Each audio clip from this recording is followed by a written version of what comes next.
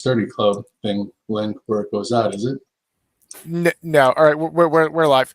Okay, welcome everybody. Scott Redler is back from his big adventure, traveling all across the country. He had about 15 airport delays. He's about to run into the city for God knows what, a charity event. So we are doing a special early daily recap. Here's Scott's position, so you can see what he's in. I'm sure Scott's in a good mood. He's in Bitcoin, which is up huge today. Nvidia's up. I don't know about the others, but Scott seems like he's in a pretty good mood. So, Scott, how are you feeling this afternoon?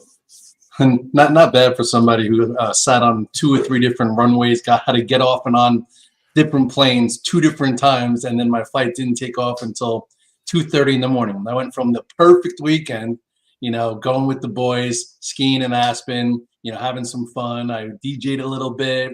We after the slopes wound up, hooting and hollering a little bit at some of the different outdoor patios where they serve beer and have a DJ. It was a great weekend. And all of a sudden, I even had a really good lunch. I posted it. I think the gods got me because I'm like, all right, leaving on a great note. I had a great Red Dog type of steak sandwich and a beer after skiing the whole morning.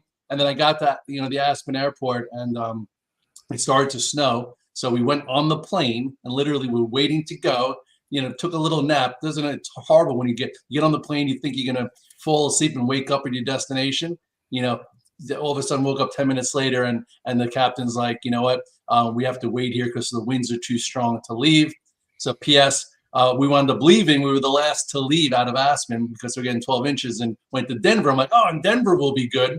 My plane was actually delayed, so that's why I was able to catch it. So another one, got on the plane, pulled out, took a little rest, and then P.S. all of a sudden, this is your captain, and we're going back to the gate because we can't leave. There are 20 planes. And long story short, wound up getting on another plane at 2:30 in the morning, and my lovely wife picked me up and brought me right to the office. And then I just had to go home and shower and shave and put on my handsome shirt because I totally forgot I have a charity event in the city tonight that's going to end at the Knicks game. So anyway, I'm feeling good. It's good to have some good positions, so I'm not stressed out. And I think we also left pretty well on Thursday, with a lot of different, option plays on that wound up making me some money from the slope. So it's good when it kind of all works out. It usually doesn't.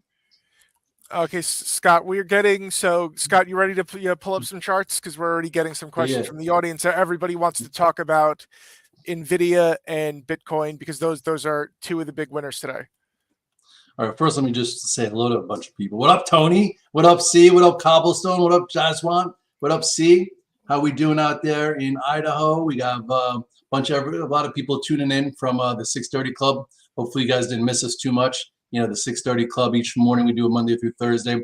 Try and give you a little quickie on the day and maybe throw a few bones in your doghouse. So when Red Dog's not throwing bones in the doghouse, you guys have to know how to, dig for them yourselves. That's why I like to teach you how to, make money and give you the know-how of why I'm doing a certain thing, so this way we're not around, then you can still make money in the market. So anyway, with that being said, let's get to let me present, which I know how to do now because Mike taught me.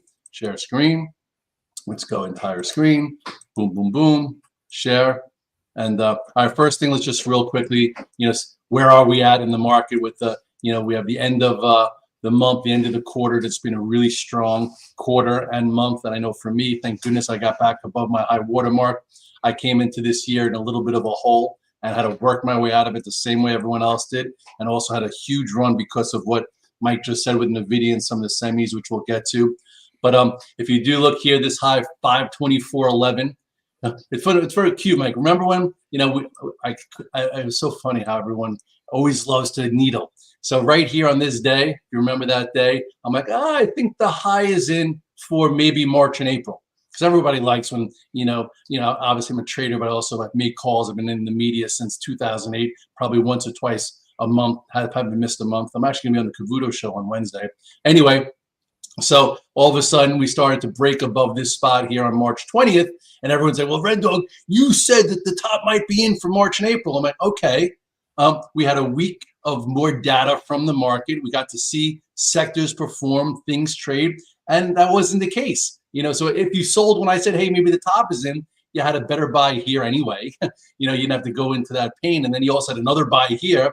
But anyway, bottom line is, as traders, we have to be flexible, and different setups wind up showing their face. And right here, we wound up making a new high. We had 524. It was good leaving on vacation. I know I talked about it at the 630 Club. If you saw, I was selling a lot of premium. I was selling the 522s, the 523s, the 524s to help with the options that we had on in some positions. And PS wound up keeping a lot of that premium, which is a way to manage a portfolio approach. And now today, this is your loaded trade against for the week. Right here's 519.60. So from 524 to 519. Bottom line is we were that extended from the 8-day. So we needed a little bit of a pullback. And now we have it. So at this point, this is the low of the week. A lot of things went from red to green in the morning. Some things are outperforming. And, we're just adjusting the way we always adjust to try and add to our P&L. And this way we can get paid in the end of March. I get paid quarterly, so the end of the quarter. So, I don't want to go through the other sectors because, no need for that. We don't have that much time. So what's everybody want to talk about? So people want to go over Nvidia first. What do you think, Mikey? Nvidia first? We should start with the king. The king. And then we're going to get Ultra Mega Dave, who's a super fan, has many questions that are politically related. So we'll get to those in a little bit. Ooh. All right. So here's Nvidia. First of all, I'm not going to go through the whole Nvidia, trade of this year. But if you do remember right here, this is when the trade launched on January 8th. That is when we took out, this long channel that took a long time to actually consolidate before going. And then from there, it turns into trade management. So there were so many different ways to get involved in Nvidia, and Mike and I have gone over it many different ways, from the gap up after earnings that held 746 all the way into 823, the wedge type pattern that, that got consolidated again for another move. And then even this, we made, in this extension, look how far it was from the 8-day, that the big reversal bearish candle that everyone said, now it's over. It wasn't over. It just was a pause.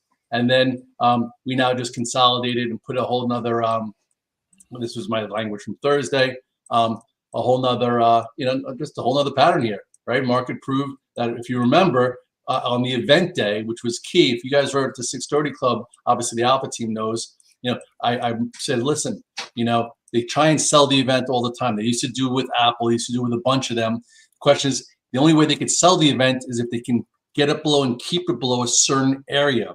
And when it went below that day and couldn't stay below, that was a great entry because the active bulls won again.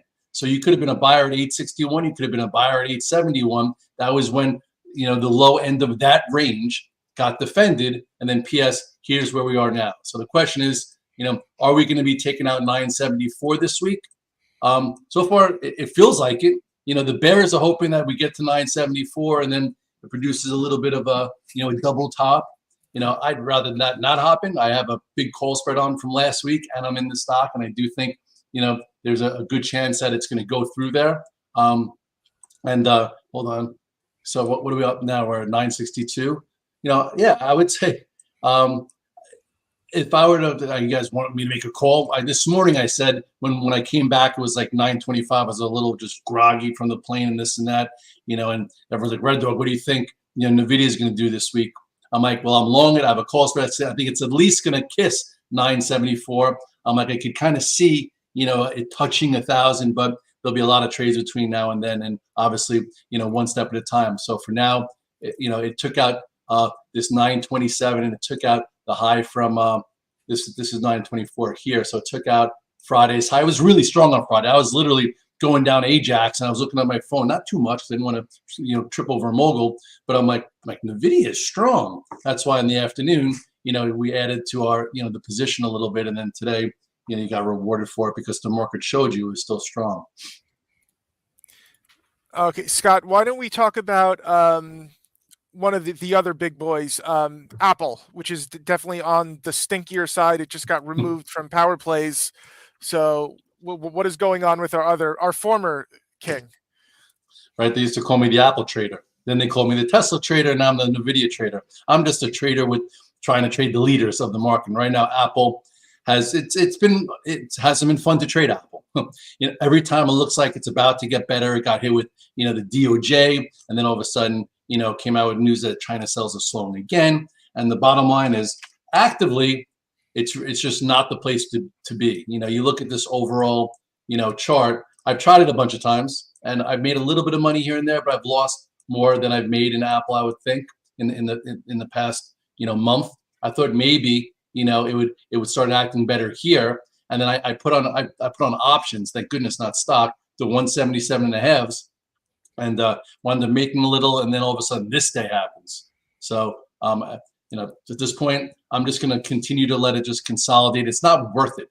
It's not worth the time right now trading Apple. If you're an investor, I would think within the next 3, 6, 9, 12 months, you're not going to. This is 198, 199 is not going to be the historic high of Apple. But for right now, it's just not the active place to be, and it doesn't mean the same thing it used to mean to the market years ago. If Apple was down $7 like it was, on that whatever day that was last week, the market just ignored it and went with the semis and just said, hey, it's not that important. So if you're basing your trades in other NASDAQ stocks because of the way Apple's trading, you're missing out on a ton. Every sequence, I call them active sequences, which is a phase of the market, is the actions dictated by a certain amount, or the keys are dictated by a certain amount of stocks, and it hasn't been Apple. So at this point, if you look right here, some people are like, is this a red dog reversal? Yeah, you know what? It did a little red dog reversal today. Little one, right? Went below this low here, came back above it. Now people are like, hey, red dog, is this maybe a double bottom, on top of another double bottom from over here? If you have rose color Apple glasses, all those things are valid. Small little red dog reversal. If you got out on this day, maybe you got back in it. Now you can put your stop at today's low, and maybe it starts working its way back up. But again, it can't be your focus. It can only be like a position within positions. And just while we're talking about Apple, there was some news that they're using Baidu's AI. So someone wanted me to show the chart, and if I would think this would be up a lot more if it was true, and B, if it really meant something, because Baidu hasn't done anything. It's been in such a downtrend, lower high, lower high, lower high, lower high, lower high, all the way down. So at this point, there are some active guys looking at it. I think I just heard Citron did a tweet on it. If you said, hey, I think this is a big deal and it's valid and true, you could be long Baidu versus this area, or maybe go out a month and buy like $110 calls. I think that's better. These China names are really, really tough to trade. There's not a lot of continuity. So lately, when I want to buy a Chinese name, whether it's Baba or even KWEB or this and that, I'll go out 3 weeks, a month, and I'll just buy some options, so I don't have to be perfectly right. So if this really means something, say, hey, I'm going to risk X and go out a month and buy the $110 calls, and then, hey, maybe it just even gets back to the 200 days. So that could be a trade here. I actually might even do that, once we're done here. I might buy some 110s. And then if it goes in the next few days, then you sell the 115s, you create a call spread and use the action to help finance the move. Okay, Scott, I'm going to call a little bit of an audible because I see the art of the first day might be coming into play with Reddit. I don't know if which just came public last week, RDDT. By the way, I wasn't here for that. I was on the slopes, but I did hear. Actually, now that I'm just going to look at it. So, yeah. So what? It came public on Thursday. This was Friday, and this is today. Yeah. You probably could even see it a little bit better if you go into maybe a 4-hour chart. No, let's go even further, so it stretches it out a little bit. Let's go 1-hour chart. Yeah. So far, you had your here's your top or your high from the first day. Here's your low. It kind of looked like it was going to fail here, and then if I'm just doing some bar by bar analysis, then it took out this this inside range. Now it just kind of built a little bull flag against the downtrend line from last week, and now if this gets above and stays above 57.80, yeah, I could see that being another big trade there. I'm not in there because, again, I'm just coming in and getting my brain cells back after 3 days and being on a plane for 24 hours. But that looks pretty darn good. Okay, Scott. So Bitcoin, I know iBit is one of your positions now. It's up about 11% today. What's going on with Bitcoin? Well, I think a lot of people kind of got a little, a little ahead of the halving. Everyone was saying, oh, the halving. And listen, I got excited too. Bitcoin got above 69,000, which was the high from like, I don't even know, a year ago. I'll put up the chart in a second. And then it played with 69, and then it came in and played, and then it went to 73,000. And everyone was all over me saying, Red Dog, you said 100,000 by 2025. You didn't say 2024. I'm like, I didn't say 2024. The action's the action. It's been above the 8 day. It's really strong. It just took out 69. It can go wherever it wants. If it wants to get there this year, let it go there this year. I don't care. But anyway, so I bought some BITO calls, for a potential ramp, into the halving that I wound up losing. I've been losing premium on, but now I actually made some good money back there. And then last week on Thursday, before leaving, I got to give it to Chillo and the Alpha team. The Alpha team is right here. This is, my crew that we trade with every day. And you can see what I do, how I do it, and they're all right there. If let's see, you can probably go back to that, Mike. It's right here. Okay, so on Thursday, I had, Chillo was like, I think this is a good spot to start buying, the IBIT, which is the ETF from BlackRock. I said, good idea. You know what? I have options just in case for mid-April, which probably won't work. This looks like a really good entry. So I started buying it on Thursday. And then actually on Friday, on my way to Snowmass, I saw it, and it was down against me. And I said, you know what? This was a different trade. This is an accumulate. I didn't buy it at 73, 72, 71. I'm like down here near, the moving average is around 66. I feel like I want to buy it from 66 or 65 down to even 60, and accumulate with Bitcoin. I wouldn't do this with an altcoin or anything else. You can get run over and you could get put out of business. So those things, half of them are zeros. But with Bitcoin, I felt a little bit more comfortable. But anyway, so if you go back to the chart here, I started buying the IBIT. Let's go to the daily. I kind of got a little lucky, to be honest. I didn't think it was going to be up this much, but luck is when. Oh, what happened here? Hold on, that's not the right symbols. Let's go to the daily. I actually got pretty lucky, because I wasn't thinking we were going to get this type of move. I said I was going to buy here all the way down to 33. So I bought on this day, and then I bought more on this day, and I put my stop in here, and then all of a sudden that happened. So PS wound up being a really good trade. I sold some, so I'm in options, and I'm in this, and now you have a gap to trade against. So I know Bitcoin trades all night long, etc. But it was just I didn't get caught in the euphoria or whatever you want to call it here. So that's why I said I could buy it into this area, and now it's up 11%. So what's cool is you could see. So watch this. Like you could see, with the Alpha team one more time, they like, how do we see your positions? Well, you'll see I came in with IBIT, and then it shows some sales probably. Where's IBIT right here? So I was selling it, all morning, and I still have a bunch. So that's, so they could see me reduce. So I have less of it than I came in with, and then I also trimmed a little bit because there's a big spread in the BITO. So you can see on the option side, I came in with it, and where's BITO? It's right here. Only one sell. So anyway, the Alpha team gets to watch, me reduce, increase, trade, what I'm coming in with. Some of those options are leftovers. Not everything works. But like, some guys were asking me about Goldman. Goldman Sachs wound up finally being, that was an awesome trade. Okay. If you remember right here, I bought, I was in Goldman itself and the options, and I tweeted out LFG, Goldman, and people are like, what the hell does LFG mean? I'm like, you guys don't have teenage kids? Anyway, it wound up being a really good trade, and now, it's coming in a little bit. So I would think if you got to sell some strength, using a tier system, coming back into here, you could buy some back. But this was a really nice trade. Wound up, I think the options went from 4 to 13. So that put me in a good mood heading out to the slopes as well. Okay, Scott, we're getting a couple of people are, of course, our super fan, Ultra Maga Dave, asking about Rumble. Rumble. So Rumble was a name that I got introduced to from a friend of me, Portnoy. And I think Mike was like, I think T3, we were kind of talking to them about putting some of our stuff on their platforms. But anyway, I was buying Rumble like 5 and change. That was in here. Okay, gave you a really nice move up to 836. So just like anything else, this is a little bit more of a concept play. I was like, I'll stay with it as long as it stays above the 8 day. And then I think, I said at this point, I'm just going to be really tight with it. So right here, when it broke, I got out of it. I went back to it here, sold some into the 920. And as of right now, I do not have it. I haven't even updated this chart in a little while. I would say, if this could hold this area, it's it's okay.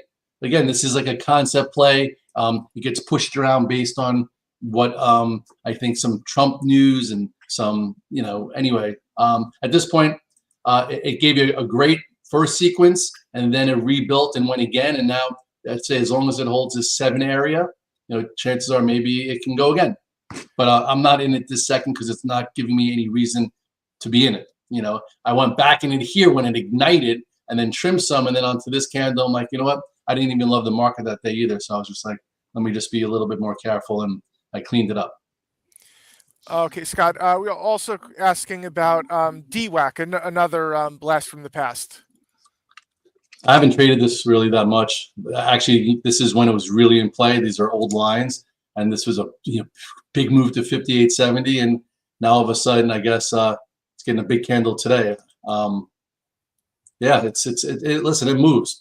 I personally have been, in different areas of the market. I've been trading more, more of the semiconductors, more of some of the mega cap, depending on where we are on this and that. I haven't been looking at this and following the news as much, but looked like, you had a little bottom tail red dog reversal here. This candle probably would have gotten me out, and now I don't know. It's looking it's still active. I would say if it closes above this spot here, there's definitely I don't know what the short interest is in here, but I wouldn't be short it. Looks good, but again, it's a news driven type name, so it could change from day to day, week to week. But as of right now, today is a pretty strong candle. Okay, Scott. So what names are you looking at for tomorrow? Like what's on your radar going into tomorrow? At this point, I'm still in Nvidia. I'm hoping that it closes decent today and doesn't, just give a little bit of a not a leg sweep, but I'd like to see it close above 950s. So this way, there's still momentum, and there's a chance that maybe it wants to go after that 974 at some point this week. I know I've donated money to Amazon a few times. I still think Amazon's chart is solid. I did buy some 180 calls for this Thursday, thinking that, hey, maybe it can get above this and continue. So at this point, I'm in a little bit of stock and a little bit of options. So I think that out of the megas, this looks good. I will say it's been hard. In the Magnificent Seven haven't been so magnificent. Tesla's been horrendous. Apple's been really hard. Even Meta and Microsoft, every time they look really good, some kind of news happens, and then you get a little bit of a slap. What do I mean? Well, I look at Meta. Actually, Meta doesn't look bad after today. This morning, it looked like it was a little trickier. Like right now, all it did is, come in building like a little bit of a flag right here into the 8 day. But some of these are still kind of rebuilding. This actually Meta looks just fine. But this morning, it was a little tricky, especially if you bought it and it closed well. So I'm not in this one right now, but I would say that this also still has, this still has a high probability that it might be able to take out this 523 at some point. So that looks decent. I'm not in it though. Microsoft, I haven't looked at in a while. It's been very hard. Last time I was really in Microsoft was, I think, here, and then that day happened, and that was really rough. And then it looked like it was going to break out again, and then it'll open lower. So to me, Microsoft isn't really rewarding you for, listening to the day prior, which a lot of these things haven't been, really doing. So at this point, I don't have a whole lot on, just because, again, it's the last week of March. As of Friday, I was at the highs of my quarter, which to me was, felt good considering I was down 6 figures, at some point in the first month of January before things started to trade well, when Nvidia broke out and the semis went in play and some of the mega went, the Magnificent Seven did well. At this point, Bitcoin already had its move, so I'm smaller. Nvidia, I'll probably be, light, but, in a position to buy a dip and see if the momentum stays for this week. Like I said, Amazon, Goldman Sachs. If Goldman Sachs could pull in a little bit more, maybe, I'd buy some more Goldman Sachs if we get like a red dog reversal tomorrow where it gets below 403.95 and reclaims that. That's something I will I'll think about. I'm still in some of the metals. The metals got really tricky last week they looked awesome. Silver it was breaking out. Gold was at highs, and all of a sudden they sold it all day long. Thank goodness we use a tier system because they did sell some strength. But to me, this was more of a bigger trade. So I stayed with some, even though it pulled in, and I just wasn't so precise. So if we take a look right here, all in all, not the end of the world, but this gold is back in it. It's not like this was a great move, like one momentum. It took out the channel, looked great, and now it just looks like it's how much time is it gonna need to be in this channel going sideways? So I'm not as active there. Silver also. So at this point, I'm just looking to tack on money, not put on big risk, and my quarter as close to the highs as I can. Okay, all right, Scott. How much longer do we have you, Scott? That's 3:17. Let's see if there's any more questions. So yeah. More. Tony's asking us about Oxy. So Oxy's been in power plays since January 22nd. So why don't we take a look at Oxy in the oils? Yeah, listen, the Oxy's been in the channel for a long time. Buffett's been buying the hell out of it. I think we picked it up down here. This is, I chart a few of these. Hasn't been as strong as like a VLO or an MRO or those guys. But overall, it's been trending. It's above the 8-day. Looks like, I guess you probably could see it better on a weekly chart because this is choppy as hell. Yeah, look at it. Hey, that's Oxy on the weekly. Why can't it get back up to here? If not more. It's been in a channel now since what? This is April of 2022, so almost 2 years it's going sideways. So I would think it's a quality swing trade if you aren't worried where it's going to wind up at the end of a month. In the XLE, which we've been also charting, look at that. XLE, a lot of guys got long here, and now this channel, it's coming right into channel resistance, and this hasn't done anything for 2 years. So the energy names have been acting better. While we've been getting a little choppier action in some tech, a lot of the energy names have been acting better. I'm not that active in energy because, again, there's only so much bandwidth that I have. But we are in Oxy as a power play, and this does look like, if it wants to kiss this little spot, it might have a little resistance, but overall looks like that can be taken out, and that's a 2-year channel. So usually with a 2-year channel, you can get some real traction. Okay, so Ultra Mega Dave is asking about Duolingo. DUOL, Scott. DU what? DUOL. All right, so there's going to be a little charting exercise. I've never put this on a chart in my life, so I'll see it. We'll just do like what I would do here. First of all, back here at a Igniting bar, putting a high, retested right there. So there's your retest, and now it looks like it's building an upper level bull flag up here, where this looks like it's it's in the game for not only a nice chart, but you have a big upper channel, and now it's in the top half of it. So if we wanted some momentum, it looks good. Now let's break it down to the daily chart. Looks like if I were to put this in my morning note, I would say, some guys are looking at DUOL. It kissed the highs a few days ago, but didn't have enough strength to get above and stay above it, considering where it came from. So I would say, you could be long verse if you're not that active 209. If it could actually hold in this upper area, which would be holding higher, like the low, higher low, another higher low. Next time it gets above this spot, maybe you get better traction. And that's like my quick and dirty of looking at this for the first time. But again, a chart's a chart, and momentum is momentum. Not everything has it, not everything trades great, but here was your little topping tail. So now it'll burn that off if it could hold right here. So looks decent. Okay, guys. We have a little freebie for you since we love you guys and we have over 3,000 people watching. If you go to t3live.com/show, t3live.com/show, you can get Scott's ebook. Super simple gap trading, because we're about to head into earnings season. There's going to be lots of stocks moving around like crazy. And if you want to learn... I'm sorry. Once you're done with that, I want to show Micron, because you just mentioned the ebook for gaps, and if you would have just used this tactic with Micron, you could have made a lot of money in the last 2 days. So let you finish, Mike, and then I'll put a Micron and show it a little bit real time.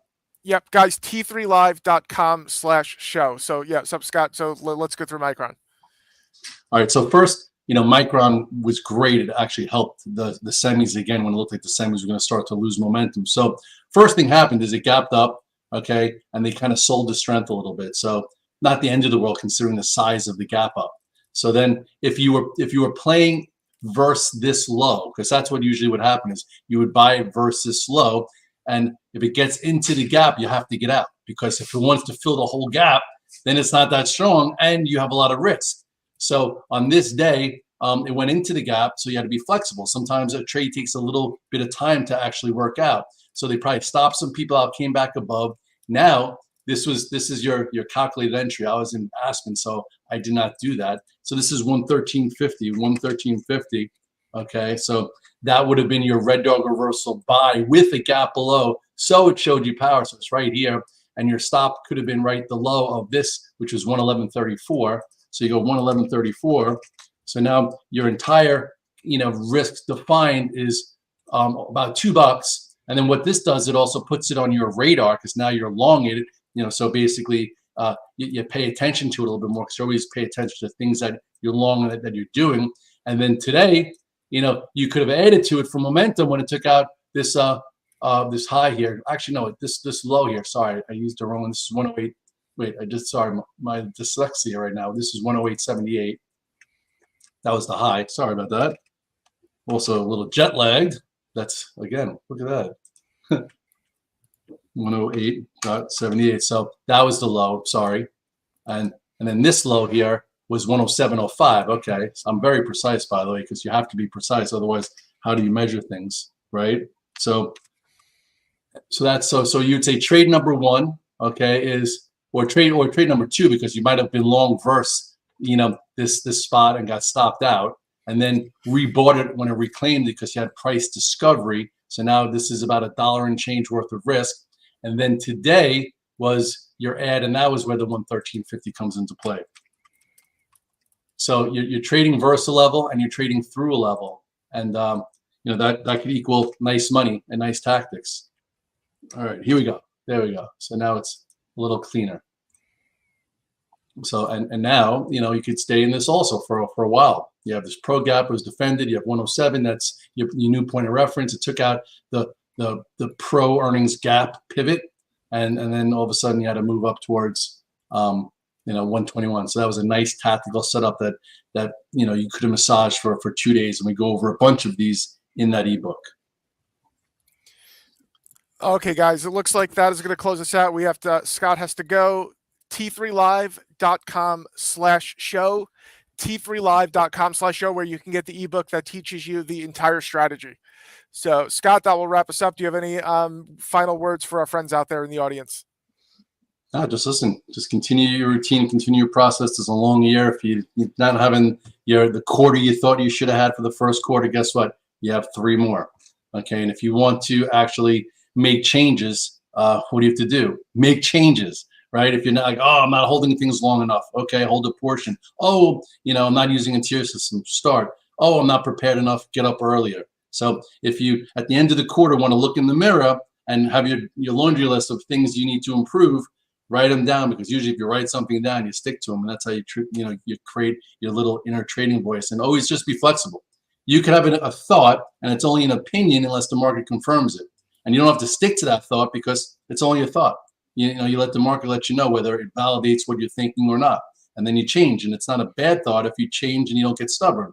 So flexibility is key. Multiple plans are key. Being prepared is key. Having the right frame of mind so you can execute on all that is key. So there's a lot of keys to the market, but it can be done. A lot of people do it. So just work hard, and the more you sweat, the luckier you can get.